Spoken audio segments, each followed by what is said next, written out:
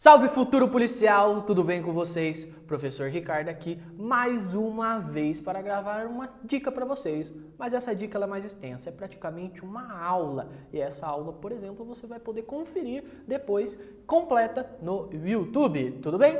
Nós vamos falar do quê? De direitos fundamentais. E pasme, direitos fundamentais cai no seu concurso público para PMSP, tá? Então, muito importante você sacar todas as suas vertentes. Primeiro de tudo, o que a gente precisa diferenciar, professor? Algumas coisas, tá? O que são direitos humanos, o que são direitos fundamentais e o que são direitos fundamentais sociais? Eu não vou adentrar muito a fundo aqui, porque não é a nossa pretensão nessa aula, tá? Mas eu vou explicar para vocês qual que é a grande diferença que pode te ajudar nessa aprovação. Veja só. Direitos humanos. Direitos humanos, eles estão ligados ao quê? Aos humanos, logicamente. E a pactos internacionais. Então, quando você olhar e falar assim, direitos humanos, você tem que saber que está ligado principalmente a pactos e convenções internacionais. Ou seja, é uma lei internacional, tá bom? Que todos os países, ou praticamente todos os países que aceitam esses direitos humanos como existentes, vão adotar para si eles. Então, vamos fazer uma ligação aqui. Os direitos humanos têm ligação com o quê? Com a Declaração Universal de Direitos Humanos, logicamente, de Direitos dos Homens, de 1948, e outros direitos, outros pactos, outras convenções internacionais. Pois bem, e os direitos fundamentais, professor? Muitas das vezes a gente confunde, direitos humanos com direitos fundamentais. E por que isso? Porque eles são praticamente a mesma coisa, tá? O que difere? Simples. O nosso legislador constituinte, lá na Constituição de 1988, ele pegou todos os direitos humanos que achava interessante e falou assim, vou pegar isso para mim e colocar na minha Constituição. E ao colocar esses direitos humanos que eles achavam importantes na Constituição, eles transformaram esse nome de direitos humanos para, pasme, direitos fundamentais. Tá? Então, o que são os direitos fundamentais, professor? Nada mais é do que grande rol dos direitos humanos, grande parte dos direitos humanos trazidos, colocados na Constituição Federal, transportados para a Constituição Federal, apropriados para a Constituição Federal. E os direitos sociais? O que são os direitos sociais? Também são direitos humanos. Porque esses direitos sociais, na realidade, eles se chamam direitos fundamentais sociais, tá? O que então o legislador fez? Ele pegou os direitos humanos, dividiu em direitos fundamentais e direitos fundamentais sociais e colocou tudo isso dentro da Constituição. Então, os direitos sociais também estão ligados à Constituição Federal. Então, vamos lá, rebobinando. Direitos humanos, Declaração Universal de Direitos dos Homens, convenções internacionais e pactos internacionais. Direitos fundamentais e direitos fundamentais sociais nada mais é do que direitos humanos positivados na Constituição Federal. Via Assembleia Constituinte, lá em 1988, quando foi feita a nossa Constituição Federal, ou via emenda constitucional, que nada mais é do que uma forma de você emendar, de você colocar algum direito fundamental ou algum outro dispositivo na Constituição Federal. Visto isso, nós precisamos saber o quê? Os direitos fundamentais e garantias fundamentais, que também tem esse nome na Constituição Federal, tá? Garantias fundamentais. Tem um capítulo, um título, aliás, que é o título 2, dividido em 5 capítulos, que prevêem direitos e deveres individuais e coletivos, que é o tal do artigo 5º da Constituição, direitos sociais, que é o tal do artigo 6º ao 11º da Constituição, além disso, nacionalidade, direitos políticos e dos partidos políticos. Porém, você vai esquecer esses daqui. Tá? Por hora você vai esquecer esses aqui. Importante falar, direito político cai na sua prova, tá bom? Cai na sua prova. Porém, a gente não vai ver nessa aula. O que a gente vai ver nessa aula? As características principais dos direitos e garantias fundamentais do artigo 5º, do artigo, logicamente, 6º também em diante. Porém, nós vamos ver os direitos sociais, para que você, na sua prova, não confunda o que são direitos e deveres individuais e coletivos com direitos sociais, tá? Logicamente, não tem como a gente gravar uma aula sobre o artigo 5º, porque ele é muito extenso, tá? Ele é muito completo. Mas o artigo 6º, por exemplo, dá pra gente ver nessa dica aqui mais extensa. Pois bem, características dos direitos fundamentais. Aqui englobando artigo 5º, 6º, 7º, etc. Quais são as características? Eles são universais, porque, tal como os direitos humanos, são para todos, universais, para todo mundo. Inalienáveis, você não pode alienar, por exemplo, num banco, você não pode deixar em garantia.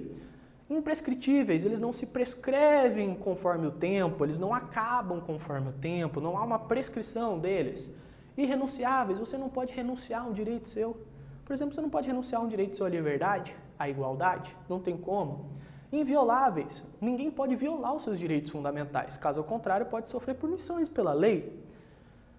Indivisíveis, eles não se dividem com outras pessoas. Eu não posso chegar para uma pessoa que está presa, que temporariamente está com o seu direito de liberdade cassado porque infringiu uma lei penal, e falar com ele assim, olha, tenho dó dessa pessoa e eu quero fazer o seguinte, eu vou dividir o meu direito à liberdade com ela. Eu fico meio período preso, ele fica outro meio período preso. Não tem como, é indivisível, tá? A punição é para ele e não tem como você dividir o seu direito de liberdade com ele. Interdependentes, eles não dependem de si, só que, porém, eles trabalham em conjunto, tá? E inexauríveis, eles nunca se esgotam, sempre pode haver um novo direito fundamental, um novo direito humano, de acordo com a evolução da sociedade. Beleza? Tranquilo então. E além disso, nós temos tipos de eficácia, que são eficácia negativa e eficácia positiva. Em outros termos, a negativa está ligada a de defesa e a positiva está ligada a direitos prestacionais. Isso daqui, em curtas palavras, nada mais significa do que negativa é a forma que você se defende do Estado para que ele não infrinja um direito seu, por exemplo, de liberdade. Se você estiver dentro da lei e tudo nos conformes, o Estado não pode chegar e te afetar. Por quê? Porque você tem o direito de eficácia negativa, de defesa com esse direito de liberdade. Em contrapartida, há alguns direitos que o Estado tem que te dar. Veja, alguns eles não podem te afetar, mas outros ele tem que te dar, ele tem que te prestar, como por exemplo o direito à saúde. Então tem direitos que o Estado tem que agir de forma positiva, ou seja, te dar, te auxiliar, e tem outros que ele tem que agir de forma negativa, ou seja, não interferir nesse seu direito, desde que você esteja logicamente dentro dos ditames da lei.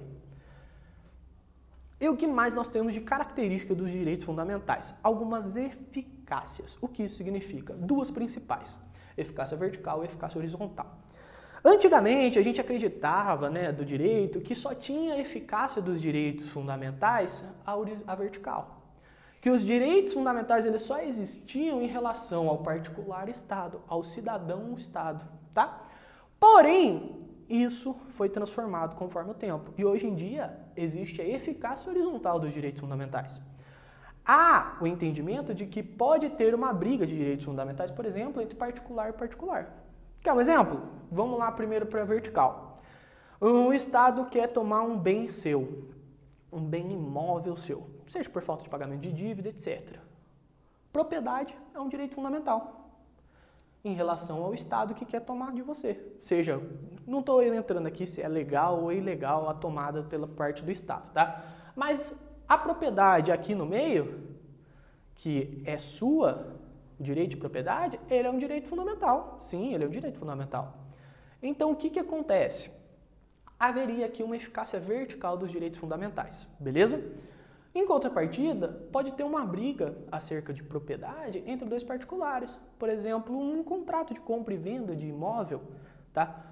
Vai estar em discussão, sim, um direito fundamental de propriedade, porém, entre dois particulares. E por que há essa divisão de eficácia? Porque o Estado ele é mais forte do que o particular. Então, os particulares estariam num plano horizontal, enquanto todos os direitos fundamentais em relação ao Estado estariam num plano vertical. Há ainda quem diga o diagonal, que seria, por exemplo, dois particulares, eu vou até anotar aqui no cantinho, tá? Que não teria uma relação totalmente igual, tal como dois particulares normais. Exemplo, as relações trabalhistas, tá? Aqui em cima vai estar o empregador e aqui em cima vai estar o trabalhador. Por que é diagonal? Porque esse sujeito aqui, apesar de ser um particular, ele não é tão normal quanto o outro particular, ele tem um certo poder, tá? Esse outro tem uma certa vulnerabilidade, porém ele não chega a ser um Estado para ficar aqui. Deu para entender? Deu para compreender? Então, o empregador, em face do trabalhador, ele tem sim um poder maior, o trabalhador então tem uma vulnerabilidade maior, por isso que seria uma tal eficácia diagonal. Porém, as duas principais mesmo são a vertical e a horizontal. Além disso, nós temos as dimensões dos direitos fundamentais. E são três muito importantes, ligadas inclusive à Revolução Francesa, que veio conforme os séculos, tá? O passar dos séculos, 19, 20, 21. Qual que é a primeira dimensão? Aqui eu trouxe uma figura para vocês, está escrito posso falar, tá? Eu tenho o direito de falar. Quando você fala que você pode falar, você está falando o quê? Que você tem o direito à liberdade. Exatamente, liberdade. E esse direito à liberdade seria então a primeira dimensão ou geração dos direitos fundamentais. Nós temos esses dois nomes possíveis, tá? Pode ser dimensão ou geração. Além disso, nós temos aqui todo mundo junto, brigando pelo quê? Pela igualdade. Então aqui no segundo plano nós teríamos a igualdade, que seria uma segunda dimensão dos direitos fundamentais. E por fim, ligado totalmente à globalização, nós teríamos o direito à fraternidade. Você já ouviu isso nas suas aulas, com certeza. Direito à liberdade, igualdade e fraternidade, que seria a terceira dimensão dos direitos fundamentais. Beleza? E é importante dizer para vocês que esses direitos, eles não acabam, eles se evoluem. Por isso que primeiro surgiu a primeira dimensão, tá? Primeiro surgiu a primeira dimensão, depois veio a segunda dimensão para o quê? Para completar essa primeira dimensão, para deixar mais ampla essa primeira dimensão. Depois veio a terceira dimensão para deixar ainda mais amplo, tá? Por isso que eu chamo mais de dimensão e não de geração. Mas aí é uma questão mais de nomenclatura, tá? Porque geração dá uma ideia de que acaba, enquanto dimensão dá uma ideia de que dimensiona, aumenta. E é isso mesmo que é. Primeiro veio a liberdade, depois a igualdade para aumentar os direitos das pessoas, depois a fraternidade para aumentar os direitos das pessoas. E logicamente, dentro de cada uma dessas dimensões há subdivisões. Liberdade de expressão, reunião, associação, por exemplo, aqui. Igualdade, por exemplo, por meio da saúde, saúde para todos, por meio da educação, educação para todos. Fraternidade, globalização principalmente, tá? Direito de solidariedade, ajuda mútua dos povos. Então, são todos direitos e discussões que estão ligadas a essas dimensões. E nós temos o artigo 6º da Constituição, que ela está ligado ao quê? A segunda dimensão dos direitos fundamentais, ligado à igualdade. Por quê? Porque no artigo 6º diz, são direitos sociais. Lembra aquele que eu falei lá no começo da aula? Educação, saúde, alimentação, trabalho, moradia, transporte, o lazer, a segurança, a previdência social, a proteção e a maternidade e a infância, a assistência aos desamparados na forma dessa Constituição. Ou seja, são direitos fundamentais sociais. Sociais para quê? Para todos da sociedade, como o próprio nome diz. Direito à educação. O que é isso? Que é dar educação para todos. O que a educação para todos procura? Uma igualdade para todos. Saúde. O que uma saúde procura? Igualdade para todos. Alimentação. Igualdade para todos. E esses direitos seriam o quê? Seriam direitos de igualdade prestacionais. Lembra aquela característica que a gente viu nessa aula? Prestacionais, ou seja, o Estado tem que te oferecer, ou pelo menos dar os meios para que você consiga esses direitos sociais, porque são considerados os mínimos para uma dignidade da pessoa humana. Beleza? E aí, lembra que eu falei para vocês que podem ser via emenda constitucional também? Por exemplo, em 2000 nós tivemos a moradia acrescentada nesse rol do artigo 6º, nós tivemos a alimentação também acrescentada em 2010, nesse rol do artigo 6º, e nós tivemos também o transporte em 2015, recentemente acrescentado no rol desse artigo 6º. E esse rol taxativo, tá?